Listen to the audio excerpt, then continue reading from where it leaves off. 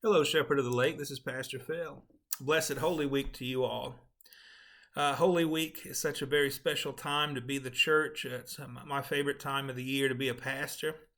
I love going through the various services and the commemorations that we are about in this week. Maundy Thursday is that time where we commemorate the Last Supper that Jesus had with his disciples. It's called Maundy Thursday from the Latin word which means mandate. And there are actually three sort of mandates that we talk about on Maundy Thursday.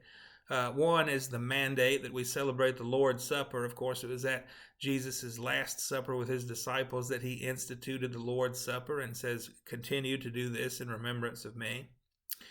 We also hear the story of Jesus washing the feet of his disciples, and although we do not do a commemorative foot washing here at Shepherd of the Lake, we remember that the calling of that passage is that we continue to serve one another as Christ first served us.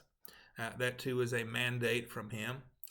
And also, Jesus says at the very conclusion of that passage that we read on Maundy Thursday that he leaves us a new commandment, a new mandate, that we love each other as he has first loved us. So all that's incorporated into the meaning of Maundy Thursday.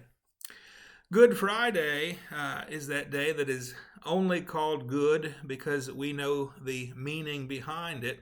Although the cross was this terrible event, it was intended for evil, but God turned it into good. God transforms the cross from a symbol of oppression and torture to a symbol of life and love because Jesus takes on that cross for our sakes. And so we can call that day good. And on that day, we hear again the readings that tell us of the passion of Christ or his self-giving on the cross. Holy Saturday is an interesting day on the church calendar.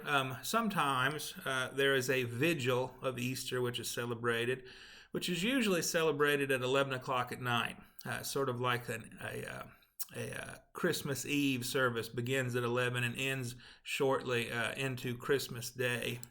That is the intention. There's 12 readings and 12 responses.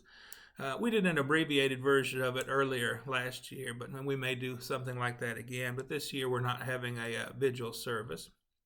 But it is a wonderful day of prayer, of waiting, of anticipation, as we know that we're in between Good Friday and Easter, in that in-between time when Jesus is said to have descended to the dead to preach the gospel to those in the dead.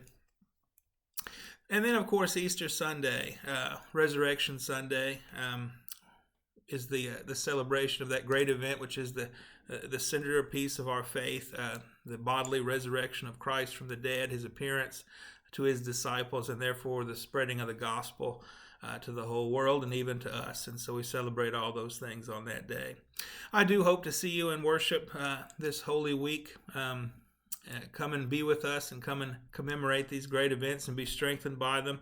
I hope and pray that the Holy Spirit will be with us as we worship and with you as you go about this week. Look forward to seeing you and God's blessings on you.